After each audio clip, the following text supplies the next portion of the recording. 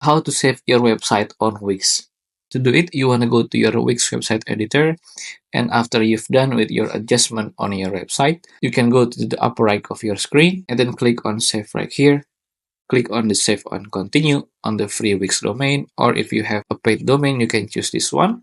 And there you go. Your latest change now of the site will be saved, but it's not published to the public yet. So no one beside you can see the change. And then to publish it, you can just click on Publish right here at the very top right of your screen. And there you go.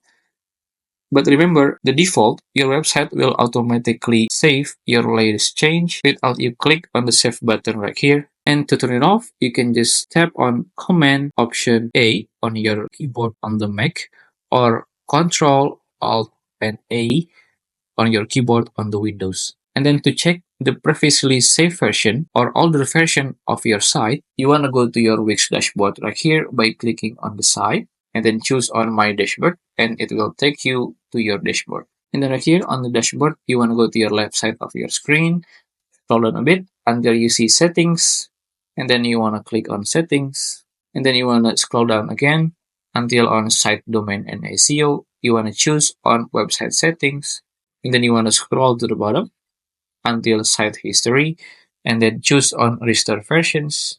And then right here, you can just sort which of the version that you would like to check by clicking on All Revision. Either is the published one, the saved one, or the stored one.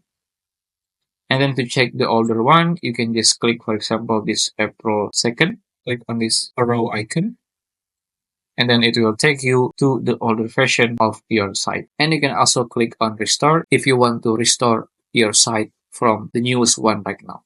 If you find this video useful, please consider like and subscribe.